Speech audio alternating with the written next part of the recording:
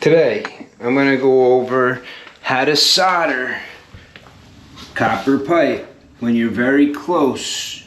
You got wood behind you right there on the side. When you're very close to wood.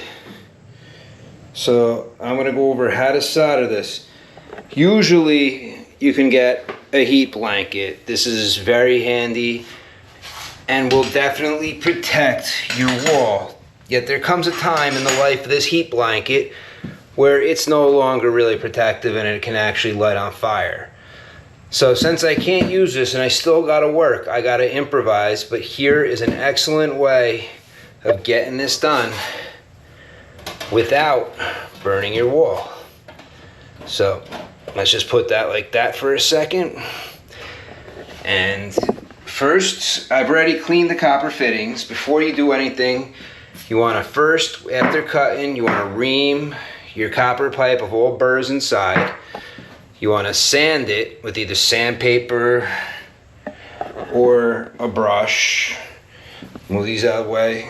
I use this often because it's just easier. So you got, this is like your sandpaper, and then there's your brush. So you can use your drill to make it go faster. My sandpaper holder. Afterwards, you flux your copper, which it's already done. Then you fight to get your fittings back together, because this baseboard I'm reusing, I'm just replacing the shell.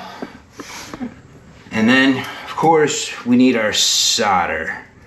So let's just unroll the solder just enough, because it's 3/4, you gotta get about almost 3/4 of an inch of solder. You're gonna have to melt there and melt here. I wish this was clean copper. You would see a nice clean solder fitting here, but unfortunately, I don't want to waste a lot of time sanding that down and whatnot. This is something nobody is gonna see. And as far as soldering goes, I'm using acetylene. I'm gonna use a number 5 tip today. Usually I like a number 3 tip. I find a number 3 tip is good enough, but here we go. Let's get this done. And now, even though I got the metal, what I'm gonna do,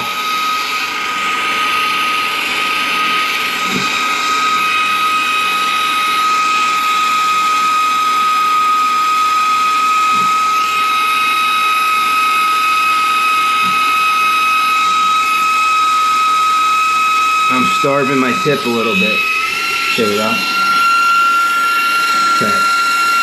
There we go. Perfect. And because there's solder there already, that was a little sloppy. Usually I don't like sloppy fittings, but now we've already heated it. So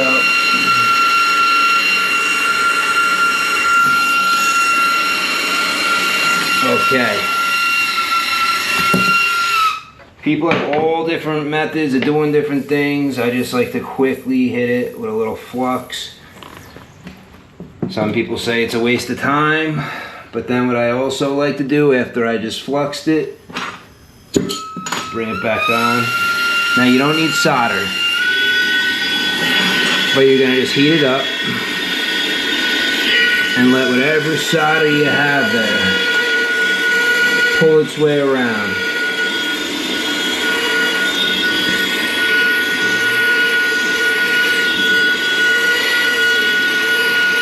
Everybody's got their own method.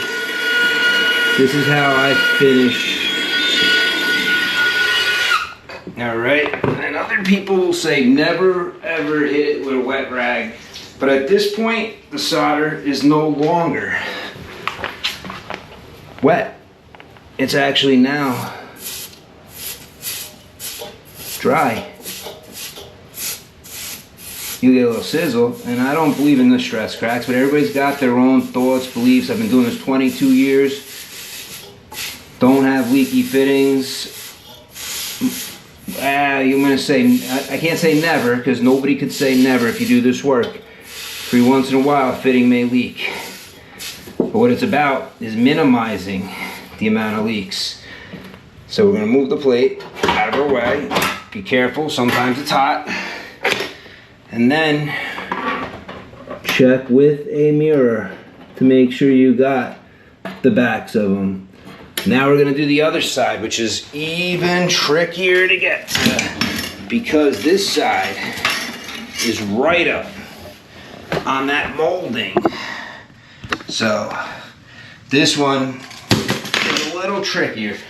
Oh wait, it's not on the molding. I'm sorry, I cut it back to a safer spot. I decided I didn't want to solder there, so I cut here. So the heat plate, the metal plate that I made, wasn't hot before. All of a sudden, it is super hot. So now what I'm gonna do is just put it right here, put my wet rag on it, cools it off. This is more just protection for right there. And because there's baseboard here, what I could always do is work it in, kinda like this, and seal up. Even though sheetrock's supposedly fireproof, I know I like to be safe. Being safe is better than being sorry. And next thing you know, I've created a big fire. Nobody wants to create a fire. So here we go. We're just gonna solder this in. Nice, clean, new copper. Again, I take the solder I have and just curve a little bit. This is a lot better than doing the dirty copper. On. Okay.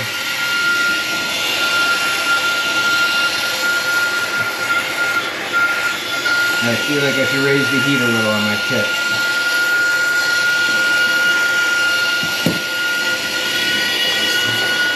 Okay, there we go.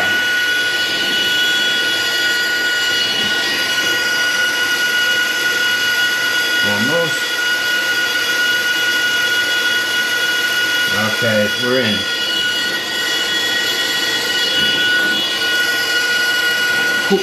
I even got the old stuff going. Here we go. Boom, boom, boom. Let it heat and roll, heat and roll. All right.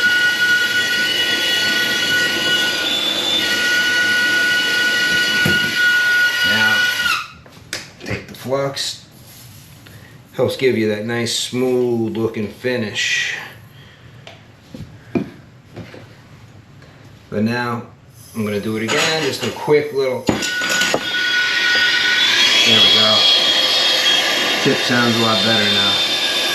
But all I'm doing now is just heating the solder again, letting it pull itself in more. But I'm not overheating because you don't want to overheat. But you'll actually see when you do that, you'll actually see the solder roll its way in. Now give it a second. I've seen guys even do this to cool stuff off. But I always like it to go back into the solid before I wipe it. Some guys are like, oh, you wipe it when it's wet, you could knock off the boogers. Other guys think that you give it stress cracks, like I said. It's already dry, so we'll let that cool off for a second.